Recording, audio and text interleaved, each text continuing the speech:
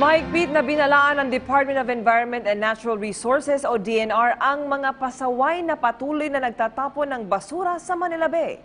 Ayon sa ahensya, 500 piso o 8 oras na community service ang ipapataw sa sinumang mahuhuling gumagawa nito. May report si Clazel Pardilla. Viral sa social media ang larawan ng malinis na Manila Bay sa kahabaan ng Rojas Boulevard. Kuha ang litrato matapos ang cleanup drive ng Manila Bay Interagency Task Force. Sabi ni Environment Secretary Roy Cimatu, ipasasara na ang bahaging ito simula sa Manila Yacht Club hanggang sa US Embassy para hindi natapunan pa ng basura. Sarado yan. Buhangin, sarado. Sarado yan.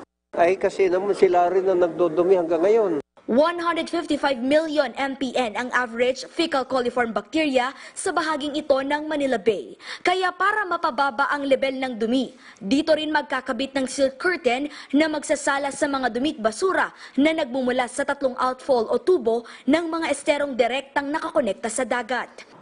Sa susunod na 1 hanggang 2 linggo, ipagbabawal na ng DENR ang pagbaba sa batuhang bahagi ng Manila Bay.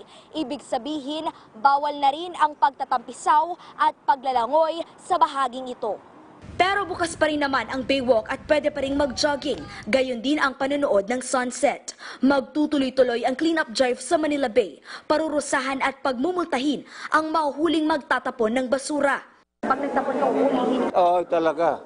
Oo nga, kung pulutin mo, kung hindi, ano talaga yan, ano yan, may littering, may batas pala, ordinansya pa rin dyan ng anti-littering eh. In effect naman yan. Base sa anti-littering law, magmumulta ng 500 piso o 8 oras sa community service ang mahuhuling magtatapon ng basura. Clazel Pardilla, para sa Bayan.